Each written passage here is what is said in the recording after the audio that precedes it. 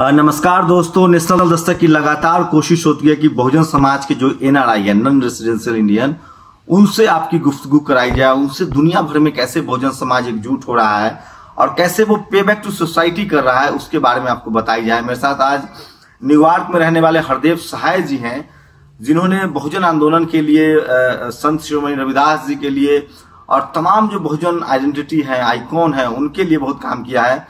और कैसे United nation हो या कनाडा में हो, पार्लियामेंट में बाबा साहब को लेकर और कास्टिज्म को लेकर सवाल उठाए। तो नेशनल दस्तक पर वो आज खुद मौजूद हैं और उनसे बातों का सिलसिला आगे बढ़ाते हैं। पहले तो सर, आपका नेशनल दस्तक पर स्वागत है। थैंक यू सो मच मुझे। बताइए, पहला सवाल वही कि आप अपने से बता दीजिए देश को कि कैसे आप बहुजन समाज के लिए एकजुट कर रहे हैं, बहुजन समाज को एकजुट कर रहे हैं और बाबा साहब के लिए क्या क्या कर रहे हैं। ऐसे पहले तो सभी को जय भीम और नेशनल दस्तक वालों को, शंभू जी को जय भीम भी, क्योंकि ये मेरा सौभाग्य है कि आज ये मेरी इंटरव्यू कर रहे हैं। नहीं तो हम इनको वहां पर देखते रहते हैं वीडियो में, न्यूयॉर्क में। हाँ, हमेशा अच्छा। बहुत देखते हैं। अच्छा। तो इस चैनल के हम दीवाने हैं और फॉरेन में बहुत दीवाने लोग। तो बहुजन समाज का आपने सवाल किया, तो बहुजन समाज के लिए हम इंडिया से काम करना शुरू कर दिया था। तो जलंधर में हमने एक शेख नाल का प्लाट है, उसमें लीड रोल में काम किया था। उसकी 20 करोड़ के करीब तकरीबन उसकी कॉस्ट है अभी। वहां पर बाबा साहब का हॉल भी बना, जो कम्युनिटी में बाद में बनाया, तो उसमें भी लीड रोल में काम किया। और बाबा साहब का भवन है और श्री गुरुदास टेम्पल है, वहां पर उनका मैं 9 साल जनरल सेक्रेटरी रहा हूँ। भारत में नहीं, दुनिया, लंदन में क्या क्या, अमेरिका में क्या क्या किया वो बताइए। दुनिया में अमेरिका में मैं रहता हूँ, तो अमेरिका में ये किया कि गुरुदास टेम्पल का वहां पर 2 साल जनरल सेक्रेटरी रहा। और उसके बना जो यूएनओ में, यूनाइटेड नेशन हेडक्वार्टर न्यूयॉर्क में, हमने 2 बार वो प्रोग्राम किया। बाबा साहब का जो बर्थडे मनाया गया वहां पर, जो जयंती मनाई गई जन्मदिन की। तो ये एक ऐतिहासिक क्षण थे। और इसमें हमारे साथ जो केपी चौधरी जी है, ऑल इंडिया लेवल के जो सेक्रेटरी जनरल है SC/ST organisation confederation of employees के, तो ये भी हमारी टीम के मेंबर है। उसमें दिलीप मस्के थे हमारे साथ। हम तीनों के ने 2 बार किया। वो एक हिस्ट्री बन गई। और वहां पर एक बात और बताऊं कि मैं वहां पर 2017 के प्रोग्राम में जात पात पे बोला, जो पहली बार आई थिंक यूनाइटेड नेशन में। ओके। और वो एक हिस्ट्री ऐसे बन गई जो कि यूनाइटेड नेशन में बहुत से लोगों को पता नहीं था, क्योंकि वहां पर कोई बताता नहीं है कि हमारे वहां पर जात पात है। यही है कि हम एक हैं, हम एक रिलीजन के हैं, है ना। तो वो एक ऐतिहासिक था। उसके बाद अभी जो पार्लियामेंट ऑफ कनाडा में इसी 6 दिसंबर को 2018 में मनाया गया उनका परिनिर्वाण दिवस, तो उसमें भी मेंबर पार्लियामेंट और डिफेंस मिनिस्टर सज्जन जी वो भी आए थे और केपी चौधरी साहब वहां पर थे चीफ गेस्ट। तो वहां पर भी डिस्कशन हुई। तब भी हम ये मामला वही उठाते हैं, जो हमारे भाई बहन है पीछे, उनको कैसे हेल्प किया जाए। वहां पर भी हमने सवाल उठाया। तो सर, आप भारत से, आप पहली पीढ़ी हैं जो न्यूयॉर्क जाके बसे, या आपके हैं? मैं यहाँ पर स्टेट बैंक में काम करता था, तो 2000 में मैं वहां पर गया। क्यों, मतलब नौकरी छोड़ के आप? नहीं, घूमने गए। बाई चांस किसी के साथ काम किया डायमंड डिस्ट्रिक्ट के, तो डायमंड का, गोल्ड का काम था, जो यूज लोग थे, तो वहां पर ग्रीन कार्ड हो गया, तो सारा कंपनी चेंज हो। अभी क्या आपके परिवार में कौन कौन लोग हैं, क्या कर रहे हैं? 2 बेटियां, तीनों मैरिड है, तो ग्रैंड किड्स भी है। और मेरी एक पोती है याना अभी, और एक नाती है अर्णव। तो बेटा बेटियां क्या करते हैं? बेटा ट्रकिंग कंपनी का करता है, और अच्छा। जो बहू है वो सैलून का बिजनेस करती है वहां पर। और वो सैलून का वहां पर ऐसे नहीं है, वहां पर सर्टिफाइड होना पड़ता है, तब कर सकते हैं।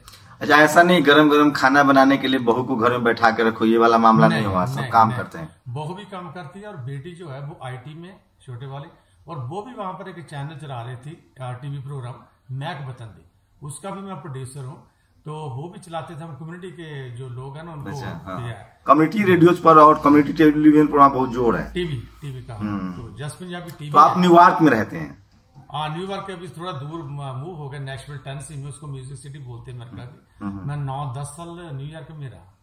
अच्छा, जाति को लेकर क्या अनुभव रहा? यहाँ का छोड़ दीजिए, यहाँ का तो हम सब लोग जानते हैं। अमेरिका में अगर वो जान जाते हैं कि आप रविदासिया समाज से हैं, तो दिक्कत होती है। पहली बात तो, अगर आप रविदासिया समाज से हैं, जापनी SC/ST कैटेगरी से, आप में घट्स होने चाहिए कि हमने छिपाना नहीं। हम छिपाते नहीं है, ओपन है। हाँ, नहीं, मान लिए वो यहाँ के जो लोग भारतीय लोग वहाँ जान जाते हैं, जो अगर मुझे कई दोस्त बताते हैं कि यहाँ के जो सवर्ण है वो जाति सूटकेस में लेकर जाते हैं। वही मैं आपको बता रहा हूँ कि इंडिया से अगर सबसे बुरी चीज बाहर जा रही है वो जाति जा रही है। वो जो पंजाब के भी है वो भी जाति पे बात करते हैं, जो बाकी वो भी करते हैं, लेकिन वहां का लॉ इतना स्ट्रांग है कि आपके मुंह पे कभी नहीं बोल सकते क्योंकि उसकी सजा है, उससे डरते भी है। लेकिन जो हाँ जानते हैं आप कौन से गुरुद्वारा में जाते हैं, कैसे है, उनको पता गुरुदास टेम्पल में जाते हैं, अच्छा ये वही होंगे, है ना, ये होता है। लेकिन अब थोड़ा सुधार आ रहा है। बाबा साहब की इतनी जैसे दुनिया में ना सिखों में भी बहुत ज्यादा पॉपुलैरिटी हो रही। एक वहां पर सरबजीत सिंह मान है, वो जय भीम जय मूलवासी कहते हैं, और गुरुद्वारों में जाके सिखों के गुरुद्वारा सिख है वो खुद, अकाली दल अमृतसर के जो सिमरजीत सिंह मान की पार्टी है वो वहां पर करते हैं प्रचार कि भाई साहब जे जात पात है, हम जे हिंदुइज्म से आई है, ब्राह्मणवाद से आई है, जे हमारे गुरु साहिबों ने नहीं दी, और लोग चेंज हो रहे हैं। और जो एनआरआई हैं भारतीय हैं, वो आप लोग को चिंता होती है यहाँ के हालात देखकर? अभी जो पिछले 4 साल में घट रहा है, पिछले कांग्रेस में भी वही हालत रही थी, तो उसको लेकर क्या डिस्कशन करते हैं आप लोग? मैंने सुना है सवार लोग डिस्कशन करते हैं वहाँ की, यार कुछ भी हो मजा तो भारत में, फ्री वाला नौकर, जाति की हिरार्की, तो मजा उनको वहां आता है। ठीक है, वो क्या है कि जो क्वेश्चन है कि हमारी चिंता की बात, ऑनेस्टली बताऊं, वहां पर हर कोई चिंता करता है। जब कभी सहारनपुर की घटना होती है, रोहित बेमुल्ला होता है, और जो ऊना कांड हुआ, जैसे जैसे भी होता है कुछ भी, तो जो कठुआ का हुआ, तो उसके साथ चिंता इतनी बढ़ जाती है। और बढ़ जाती चिंता तब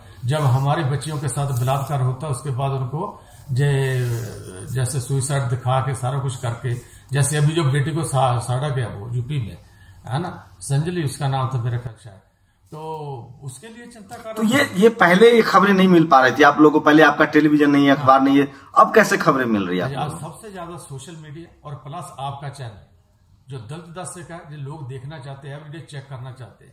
उसके बिना जो नेशनल दस्ते का है, दलित दस्ते हो गया, अच्छा, लोग के दिमाग में ये हमारे चैनल्स हैं, हमारे चैनल है, इसमें हमारी न्यूज जरूर आएगी। अगर बुरी आती है तो उसका रिएक्शन बहुत बुरा होता है, और सभी चिंता करते हैं, डिस्कशन होती है कि हमें क्या करना चाहिए इसके बारे में। तो वहां पर लोग अवेयर बहुत है। तो आप लोग तो आर्थिक रूप से मजबूत भी हुए हैं, तो आप लोग क्यों नहीं कोशिश करते हैं कि एक चैनल, टेलीविजन चैनल तो आपके पास नहीं है? हाँ। अच्छा, कोई ऐसा एनआरआई है भारतीय जिसके पास अपना होटल हो, 5 स्टार होटल हो, बहुत सारे, जो रविदसिया, जो बहुजन समाज से हो, बहुत सारे, जहाज हो अपना, उसके पास चार्टर्ड प्लेन हो? जहाज नहीं है, लेकिन मोटल होटल ये बहुत है। एक जस्सी बंगा है अपने रविदासिया कम्युनिटी का कैलिफोर्निया में, और एक और है न्यूजीलैंड से गए थे वो, अपने उधर शिफ्ट हुए, तो अपने हैं वो, यूपी के बहुत पुराने गए हुए। अच्छा, आपने तो यहाँ का दंश झेला है, वहां भी देख रहे हैं, जो हमारी आने वाली नस्लें हैं, नई जनरेशन है, उनको भी ये सब झेलना पड़ रहा है वहां? नहीं, जो नई जनरेशन है पहली बात तो इसकी परवाह नहीं करती, और उनको कोई बोलता भी नहीं। अगर वो बोलता है नहीं, तो जो भारत के लोग होंगे वो तो कह देते होंगे कि इंडियन यहाँ तो पहला, अच्छा तुम भी भारत से हो, अच्छा कहाँ से हो, तो फलाने, अच्छा कौन जात हो, वो तो पूछते हैं। कौन सा गोत्रा है हमारा, लास्ट वहां पर लास्ट नाम बोलते हैं। अच्छा लास्ट नाम क्या है, तो बोलते जब अच्छा ये वो है, लेकिन वो कभी मुंह पे नहीं बोलेंगे, पीठ के पीछे वो तो भारत में भी अब नहीं बोलते हैं, वो तो ऑफेंस है। लेकिन वो जैसे यहाँ जुडिशियरी में, ब्यूरोक्रेसी में, मीडिया में जो जहाँ पंडित जी लोग बैठे हुए हैं, नंबर काट लेते हैं, नौकरी में परेशान करते हैं। आप तो भुक्तभोगी भी होंगे बैंक में, यहाँ पर तो चलता है, फायर डिपार्टमेंट में चलता है, जो भी चलता है, जहाँ वाला वहां पर नहीं है। चुनाव को लेकर आप लोग कैसे देख रहे हैं? यहाँ के टेलीविजन में मोदी कांग्रेस मोदी होता है, मायावती की चर्चा नहीं होती, इसको लेकर वहां के लोग कैसे देखते हैं? अब अगर मोदी गवर्नमेंट का देखें तो जितना हमारे लोगों का नुकसान हुआ है, जितना लोगों का जैसे जो जॉब नहीं है, कुछ नहीं है, और लोगों के यंग जनरेशन के पास कोई अपॉर्चुनिटी नहीं है, तो उसके बारे में चिंता होती है। लेकिन जब जो बात होती है पॉलिटिक्स की, तो बहन जी मायावती के बारे में होती है कि इस बार 2019 में उनको प्राइम मिनिस्टर बनाना ही चाहिए, और सभी लोग एकजुट होकर काम करें। तो आप लोग कैसे कंट्रीब्यूट करेंगे उसमें? क्योंकि उधर तो राहुल गांधी, मोदी जी सब लोग जाके कहते हैं हम बुद्ध की धरती से आए हैं, चंदा भी ले आते हैं, यहाँ कहते हैं कि हम हिंदू हैं, काली माता, दुर्गा माता है, तो आप लोग कैसे कंट्रीब्यूट करेंगे इस बार बीएसपी को या मायावती को मजबूत करने में, या अखिलेश तेजस्वी? लोग अपने बैठे हैं, उनकी कंट्रीब्यूशन ऐसे है कि फाइनेंशियली भी होगी, वो जितना हो सकता करेंगे सपोर्ट। लेकिन वो सभी लोग ये चाहते कि जो 2019 की इलेक्शन हो, जिसके पास जितना टाइम है हम जाके प्रचार करेंगे और लोगों को समझाएंगे, और जो वहां पर रह जाएंगे वो वहीं से फोन करेंगे, सभी लोगों को समझाएंगे इस बार 2019 में वोट ध्यान से डालना, ये ऐसे मौका जाने नहीं चाहिए और बहन जी प्राइम मिनिस्टर बन जानी चाहिए। राजनीतिक सवाल तो होते रहेंगे। मुझे अच्छा लगता है जब मैं अपने लोगों को तन पर कपड़ा, सर पर हैट और खुश देखता हूँ। और हमारे यहाँ बहुत गरीबी है, हम लोग बहुत गरीब, हमको बना दिया गया है, पढ़ने लिखने नहीं दिया गया है। तो जो हमारे लोग वहां गए हैं वो उनको लगता है अगर हमारा अभी भी सवर्ण हिंदू ज्यादा है विदेश में एनआरआई, हमारी संख्या कम है, तो इसको लेकर कोई बहुजन एनआरआई चाहे हमारे बच्चों को दाखिला मिले, मदद मिले, हमारे लोगों को वहाँ अच्छा काम मिल जाए, इसके लिए कोई कोशिश है आप लोगों की? इसके बारे में 1-2-3 फरवरी को जलंधर की कॉन्फ्रेंस रखी है। उसमें बच्चों को फायदा देने के लिए महाराष्ट्र की टीम आ रही, वो बच्चों को काउंसलिंग करेंगे, सारा कुछ करेंगे। ये जनवरी 1-2-3 को बता दीजिए जरा। अच्छा, फरवरी में जलंधर में देशभक्त हाल में हो रही है। चौधरी साहब भी वहां पर चीफ गेस्ट हैं, श्री बालाकृष्ण जी चीफ जस्टिस रिटायर, वो भी चीफ गेस्ट हैं। लोहिरम बाली जी हैं। कितने एनआरआई लोग आ रहे हैं वहां से? तो मेरा ख्याल है कि 3 जहाज तो आ रहे हैं पूरे प्लेन इंग्लैंड से, हर साल आते हैं। गुरुदास जी का 19 तारीख को गुरुपुरब है, उसकी भी सारी संगत को बधाई, क्योंकि वो भी वर्ल्ड वाइड हो रहा है ना। लोग आते हैं वहां से इंग्लैंड से, 3 एरोप्लेन तो एवरी ईयर आते हैं पूरे फुल भर के। कब होता है? 1, 2 और 3 जनवरी फरवरी को? 1-2-3 फरवरी में एसिस टीम है कनाडा की और एम है महाराष्ट्र की, और हम Begampura culture society of New Jersey की तरफ उनको सपोर्ट कर रहे हैं। मैं भी इस टीम का मेंबर हूँ। तो उसके साथ जो गुरुपुरब है वो 19 फरवरी का है, जो कांची में मनाते, बहुत बड़ा आपको पता। ये तो ये जो जलंधर में प्रोग्राम हो रहा है आपका, वो 1, 2 और 3 फरवरी को। हाँ जी। और गुरु पर्व कब होगा? 19 फरवरी को। अच्छा, एक आखिरी सवाल, मतलब एक उसी को लेकर, जो बच्चे को यहाँ से चला, हमारे लोग का शोषण भी बहुत होता है, वो कभी मिडिल ईस्ट हो या आप अमेरिका में हो, वहाँ कैसे आप लोग मदद करते हैं, कैसे? उसके लिए क्या है कि पहले होता था कि किसी को आया उसको पैसे दे दिए और भेज दिए। अब लोगों ने ये ट्रेंड चेंज कर दिया कि मैं सीधी किसी को हेल्प करूंगा। वहां से बच्चे अडॉप्ट करते हैं, बच्चों की स्टडी का सारा खर्चा करते हैं। जो मेरी एक सिस्टर है चंचल बहन जी, चंचल माल कैलगरी से, उन्होंने 2-3 लड़कों को LLB करवाई और उन्होंने नर्सिंग करवाई, जिसके बाप को सिर्फ वो जैसे जूते सिलाई करता था, तो उनको बनाया। काफी बच्चों को पढ़ा। तो हर कोई कोशिश ये करता है 1-2 बच्चों को। हम भी अपनी कैपेसिटी के हिसाब से 1-2 बच्चों को अभी भी अडॉप्ट करने वाले हैं। उस दिन की जो कॉन्फ्रेंस होगी उसमें मैक्सिमम ये होगा जो कि बच्चों को 1 को 2 को गरीब बच्चों को अडॉप्ट करो, इनकी फीस भरो, और वो हमें थैंक यू बोले या ना बोले, लेकिन उनकी लाइफ एक और बनती। एक आखिरी सवाल, कितने एनआरआई होंगे अपने बहुजन समाज के लोग वहाँ? एनआरआई इंग्लैंड में तो बहुत भरा पड़ा है।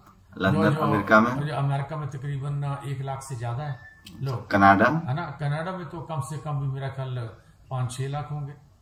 आपका सपना क्या है भारत के लिए? भारत का सपना एक है कि हमारा राज आ जाए और हमारे लोगों को पूरा जस्टिस मिल जाए, है ना। अगर और पार्टी भी आती है तो कम से कम जस्टिस तो दो।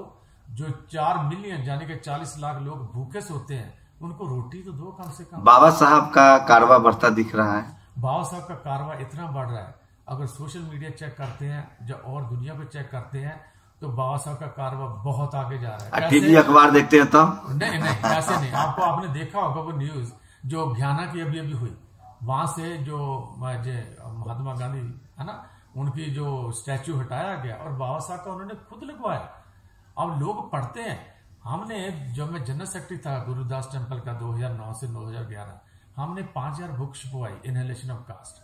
तो जब छपवाई और बांटते, हम लोग इंडिया डे परेड में हर साल होती 15 अगस्त को या 18 अगस्त को, जो भी संडे आता है, हम बाबा साहब की फ्लोट लेकर जाते वहां पर, बहुत बड़ी, और उसमें हम किताबें बांटते लोगों को, अमेरिकन को। वो पढ़ते हैं तो वो क्वेश्चन करते यार ये है कौन था। और दूसरी बात, हम इसलिए भी ज्यादा बाबा साहब के फैन हैं, और फैन भी है और उनके सिपाही भी हैं छोटे से, कि कोलंबिया यूनिवर्सिटी में जब भी हम जाते हैं, हर साल जाते हैं जब उनका जन्मदिन भी होता है, तो वहां पर सल्यूट करने जाते हैं। उस धरती को याद करना करते हैं कि इस धरती पे आके बाबा साहब ने कितनी तकलीफें सही और हम लोगों को दे दिया। हम आए, ग्रीन कार्ड के पीछे पड़े। अगर वो भी ग्रीन कार्ड लेके अमेरिका में बैठ जाते तो हमारे लोगों का क्या हाल होता। इस बार हर साल वहां पर सल्यूट करने जाते, बहुत से लोग आते। शुक्रिया सर हमसे बात करने के लिए। Thank you so much. Shambhu Kumar Singh, national Dastak Delhi. Thank you so much. बहुजन समाज को आने वाले चुनाव के लिए क्या मैसेज देंगे? 2019 का चुनाव बहुत इम्पोर्टेंट है। जो हमारे लोगों के साथ अन्याय हुआ है, जो इनजस्टिस हुआ है, उसके लिए सिर्फ हमारी डिमांड है इंसानों की तरह हमारे लोगों को बराबर समझा जाए और ये मौका हाथ से जाना नहीं चाहिए।